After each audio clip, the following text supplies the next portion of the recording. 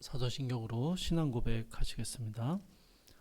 전능하사 천지를 만드신 하나님 아버지를 내가 믿사오며 그 외아들 우리 주 예수 그리스도를 믿사오니 이는 성령으로 잉태하사 동정녀 마리아에게 나시고 본디오 빌라도에게 고난을 받으사 십자가에 못 박혀 죽으시고 장사한 지 사흘 만에 죽은 자 가운데서 다시 살아나시며 하늘에 오르사 전능하신 하나님 우편에 앉아 계시다가 저리로서 산 자와 죽은 자를 심판하러 오시리라. 성령을 믿사오며 거룩한 공예와 성도가 서로 교통하는 것과 죄를 사하여 주시는 것과 몸이 다시 사는 것과 영원히 사는 것을 믿사옵나이다. 아멘. 찬송가 337장 함께 찬양하시겠습니다. 찬송가 337장입니다.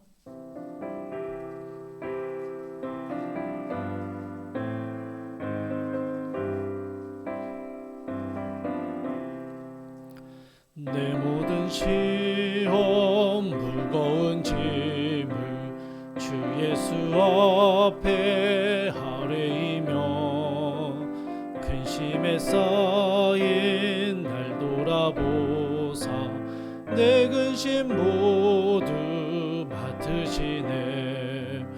무거운 짐을 나 홀로 지고 견디다 못해 쓰러질 때 불쌍히 여겨 구원해 주리.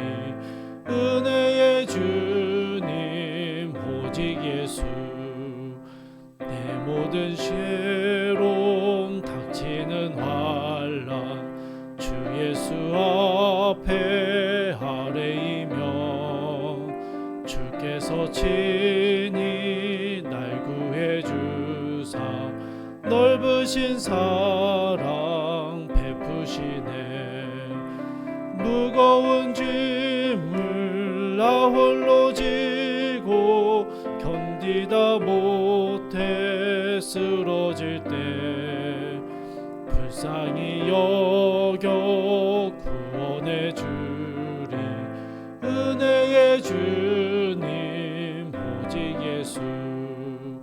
내 짐이 점점 무거워질 때 주 예수 앞에 아뢰이며 주께서 친히 날 구해 주사 내 대신 짐을 져주시네. 무거운 짐을 나 홀로 지고 견디다 못해 쓰러질 때 불쌍히 여겨 구원해 주리. 은혜의 주님 오직 예수. 몸의 시험 무서운 죄를 주 예수 앞에 아뢰이며 예수는 나의 능력이 되사 세상을 이길 힘 주시네. 무거운 짐을 나 홀로 지고 견디다 못해 쓰러질 때 불쌍히 여겨 구원해 주리. 은혜의 주님 오직 예수. 아멘. 함께 보실 말씀은 마태복음 11장 20절에서 30절까지의 말씀입니다. 마태복음 11장 20절에서 30절까지의 말씀 제가 읽도록 하겠습니다. 예수께서 권능을 가장 많이 행하신 고을들이 회개하지 아니하므로 그때에 책망하시되 화 있을진저 고라시나 화 있을진저 벳세다야. 너에게 행한 모든 권능을 두로와 시돈에서 행하였더라면 그들이 벌써 베옷을 입고 제에 앉아 회개하였으리라. 내가 너희에게 이르노니 심판날에 두로와 시돈이 너희보다 견디기 쉬우리라. 가버나움아 내가 하늘에까지 높아지겠느냐? 음부에까지 낮아지리라. 내게 행한 모든 권능을 소돔에서 행하였더라면 그 성이 오늘까지 있었으리라. 내가 너희에게 이르노니 심판 날에 소돔 땅이 너보다 견디기 쉬우리라 하시니라. 그때 예수께서 대답하여 이르시되 천지의 주제이신 아버지여, 이것을 지혜롭고 슬기로운 자들에게는 숨기시고 어린 아이들에게는 나타내심을 감사하나이다. 옳소이다. 이렇게 된 것이 아버지의 뜻이니이다. 내 아버지께서 모든 것을 내게 주셨으니 아버지 외에는 아들을 아는 자가 없고 아들과 또 아들의 소원대로 계시를 받는 자 외에는 아버지를 아는 자가 없느니라. 수고하고 무거운 짐진 자들아 다 내게로 오라. 내가 너희를 쉬게 하리라. 나는 마음이 온유하고 겸손하니 나의 멍에를 메고 내게 배우라. 그리하면 너희 마음이 쉼을 얻으리니 이는 내 멍에는 쉽고 내 짐은 가벼움이라 하시니라. 아멘. 어제 본문에서는 예수님께서 전하신 복음을 듣고도 어떠한 반응도 보이지 않는 그런 사람들의 모습을 살펴보았습니다. 세례 요한이든 예수님이든 이들에게는요, 그저 비난의 대상일 뿐이지 믿음의 대상이 될 수 없었습니다. 자신들의 입맛대로 자기들이 유리한 대로 평가하고 이용했던 것이죠. 그런데 여러분, 참 모순적인 게요, 이런 사람들이요, 세례 요한을 비난하고 예수님을 비난하고 평가했던 이런 사람들이요, 사실은 하나님의 말씀인 구약 성경을 누구보다도 잘 아는 사람들이었다라는 것입니다. 구약 성경에 나타난 하나님의, 이스라엘의 하나님을 잘 알고 있고 율법을 지키고 메시아를 기다리는 사람들이 정작 예수님이 전하신 복음에는 무반응할 뿐만 아니라 거부했던 것이죠. 이런 이들을 향한 예수님의 책망이요, 오늘 본문으로 이어지고 있습니다. 20절부터 22절을 보시면 예수님께서 많은 시간을 거주하시며 천국 복음을 전하시고 여러 사역을 행하셨던 갈릴리 지역의 고라신과 벳세다에 대한 책망이 나옵니다. 또 23절부터 24절에서는요, 예수님의 사역의 중심지라고 할 수 있는 가버나움에 대한 책망이 이어지고 있습니다. 예수님께서는요, 이들과 비교하시면서 언급하는 두로와 시돈이 있는데요, 이 두로와 시돈은 복음을 간접적으로밖에 접할 수 없는 이방 지역이고요, 소돔 지역은 잘 아시는 심판받는 도시의 대명사입니다. 예수님이 이처럼 악하고 하나님을 알지 못하는 지역에서 예수님이 사역하셨더라면 너희보다는 나았겠다, 이런 말씀하시는 겁니다. 특정 지역에 대한 책망으로 들어가는 것 같지만 사실은 예수님을 직접 보았고 예수님의 말씀을 들었고 예수님이 행한 이적을 경험했음에도 불구하고 도무지 믿음의 반응을 보이지 않는 그런 사람들 향한 탄식과 책망이셨습니다. 사랑하는 성도 여러분, 저희가 살아가는 이 시대는요, 정말로 말씀의 홍수 시대입니다. 탁월한 설교자들의 설교를요, 클릭 몇 번이면 얼마든지 들으실 수 있고요, 나는 어떤 목사님의 설교가 참 좋더라, 나는 어떤 유튜브를 즐겨본다, 이런 이야기들이요, 참 많이 듣게 됩니다. 설교자로서 저 역시 설교를 준비하는 데 있어서 얼마나 좋은 또 많은 자료들이 있는지 모릅니다.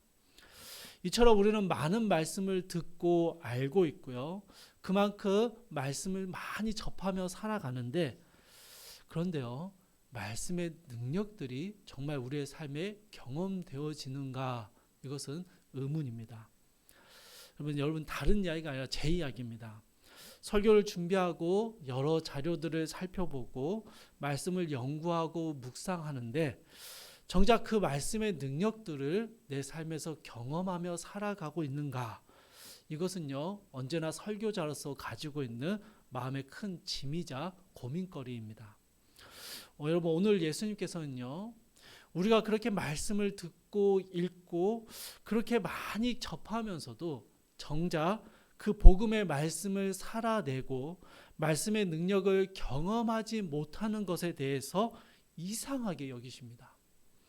불신자들이라도 그 정도 들었으면 반응했겠다라고 말씀하시는 것이죠. 여러분, 우리도요, 이 예수님처럼 우리의 모습을 이상하게 여겨야 합니다. 그토록 오랫동안 말씀을 들어왔고 여러 교육과 훈련을 받았는데도 불구하고 왜 내 삶에서는 이 말씀의 능력들이 경험되어지지 않는가? 이 선명하게 이 말씀대로 살아내지 못하는가? 이것을 이상하게 여기며 고민해야 한다라는 것이죠. 왜 이런 부조화가 일어나게 되는지에 대해서 예수님은요, 25절에서 지혜롭고 슬기로운 자들에게는 숨기시고 어린 아이들에게는 나타내셨기 때문이다 라고 설명하십니다. 26절에서는요, 이것이 바로 하나님 아버지의 뜻이다 라고 말씀하십니다.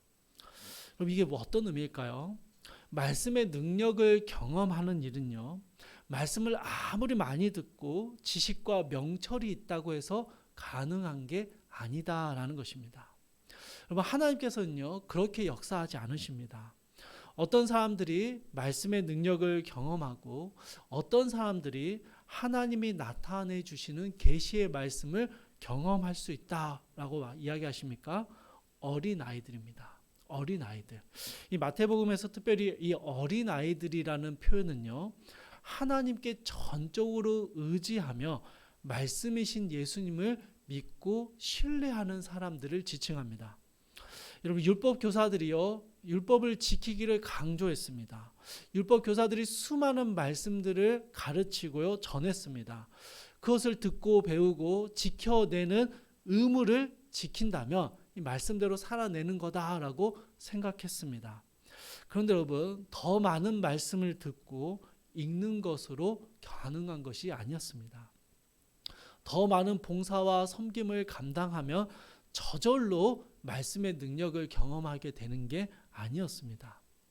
예수님을 전적으로 의지하는 자들이 주님의 도우심을 구하고 그래서 말씀이 다 이해되지 않는다 할지라도 그 말씀에 온전히 순종하며 말씀의 지식이 뛰어나지 않는다 할지라도 아는 말씀 한 구절이라도 지키고 실천하기 위해서 애쓰는 사람들, 그렇게 주님께 온전히 의지되고 신뢰하는 사람들이 말씀의 능력을 경험하게 된다라고 이야기하시는 것입니다.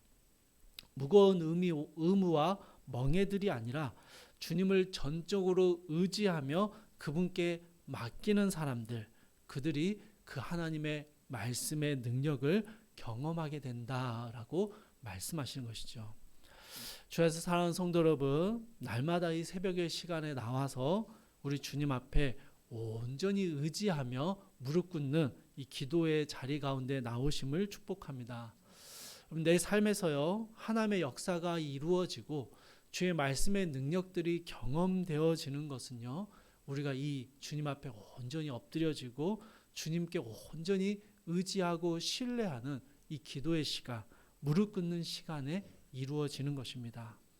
주님의 말씀이 넘쳐나는 시대를 살아가고 있지만 정작 그 말씀의 능력은 경험하지 못하는 이 부조화의 시대를 살아가는 우리가 아는 말씀 한 절이라도 실제 삶으로 살아내는 믿음과 순종의 역사를 경험하기 위해서는요, 날마다 그 주님 앞에 어린아이처럼 매달리고 의지하는 시간이 필요하다라는 것입니다. 내 삶의 많은 멍에들을, 이 무거운 삶의 짐들을 주님 앞에 내려놓고 주의 도우심을 구하며 주님의 가볍고 쉬운 짐을 우리에게 허락하여 주시기를, 그 말씀의 능력을, 말씀에 순종하는 삶을 살아갈 수 있는 힘을 주시기를 간구하며 그 앞에 무릎 꿇으며 나아갈 때 여러분, 말씀을 듣고 그 들은 말씀이 실제로 우리의 삶에 경험되어지는 놀라운 은혜를 우리는 경험할 수 있게 되는 것입니다. 사랑하는 성도님들, 오늘 주님은요, 많은 말씀을 경험하고 보았음에도 불구하고 그 말씀의 능력대로 살아가지 못하는 사람들을 향하여 책망하고 계십니다. 이상하게 여기십니다. 여러분, 우리 역시 우리의 삶에 수없이 많은 예배와 말씀들을 듣지만 그럼에도 그 말씀이 내 삶에 선명한 역사함으로 나타나지 못함을 이상히 여기며 주님 앞에 나와 날마다 어린아이처럼 주의 도우심을 구하고 주님을 의지하며 그 말씀의 능력을 체험하기 위해서 주님 앞에 간절히 무릎 꿇는 귀하고 복된 우리 모든 성도님들의 삶 가운데 오늘 하루 말씀의 능력들이 경험되어지는 은혜가 여러분 삶에 가득하기를 주님의 이름으로 축복합니다. 우리 함께 기도하겠습니다. 사랑하며 풍성하신 하나님, 주님을 직접 보았고 주님의 말씀을 그 권위 있는 말씀을 들었고 주님의 행하신 수많은 이적들을 보았음에도 불구하고 도무지 하나님을 알지도 못하고 주님을 믿지도 않았던 수많은 사람들의 그 이상함을, 그 부조화를 주님 책망하셨던 것처럼 주님 오늘 우리의 삶을 돌아봅니다. 많은 예배의 자리를 지키고 많은 섬김과 봉사를 감당하고 많은 말씀을 듣고 사모하지만 실제로 그 말씀이 내 삶에서 온전하게 경험되어지며 말씀의 능력들이 나타나는지를 돌아볼 때 우리 역시 이 주님의 책망에서 자유로울 수 없음을 고백합니다. 사랑하는 주님, 지혜 있고 슬기 있는 자들이 말씀을 경험하는 것이 아니라 어린아이 같은 자들이 말씀을 경험하는 것이 하나님의 뜻임을 알려주셨으니 날마다 주님 앞에 어린아이처럼 나아가 주의 도우심을 구하고 주의 능력을 구하고 주님께 온전히 의지되어지는 삶을 살아가는, 주님께 무릎 꿇는 귀한 기도의 삶을 살아가는 우리 모든 성도님들 가운데 하나님의 말씀의 능력들이 선명하게 경험되어질 수 있도록 주여 오늘 우리의 하루를 주께서 붙잡아 주시옵소서. 날마다 우리의 삶에 주의 말씀을 경험하며 그 말씀의 능력에 의지하여 살아가는 귀하고 복된 성도의 삶을 살아갈 수 있도록 주여 우리의 삶 가운데 세밀하게 역사하여 주시옵소서. 감사드리며 우리 주 예수 그리스도의 이름으로 기도드립니다. 아멘. 하늘에 계신 우리 아버지여, 이름이 거룩히 여김을 받으시오며 나라의 임하옵시며 뜻이 하늘에서 이룬 것 같이 땅에서도 이루어지이다. 오늘날 우리에게 일용할 양식을 주옵시고 우리가 우리에게 죄 지은 자를 사하여 준 것 같이 우리의 죄를 사하여 주옵시고 우리를 시험에 들게 하지 마옵시고 다만 악에서 구하옵소서. 대개의 나라와 권세와 영광이 아버지께 영원히 있사옵나이다. 아멘. 주신 말씀 붙잡고 함께 기도하실 텐데요. 첫 번째로 말씀의 능력을 경험하기 위해서 온전히 주님을 의지하며 순종하게 하옵소서 함께 기도하시고, 두 번째로 한국교회가 말씀의 능력을 경험하며 또한 세상에게 복음의 능력을 보여주게 하옵소서 우리 한국교회를 위해서 기도해 주시고, 세 번째로 어려움 가운데 있는 튀르키예와 시리아 국민들에게 복음의 위로와 회복이 전해지게 하시고 모든 필요한 지원들이 빨리 잘 이루어질 수 있도록 주님 역사해 달라고 우리 이 어려움 당해 있는 튀르키예와 시리아 국민들을 위해서도 함께 기도해 주시고요. 각자의 기도 제목 가지고 기도하시다가 잘 기도하시기 바랍니다.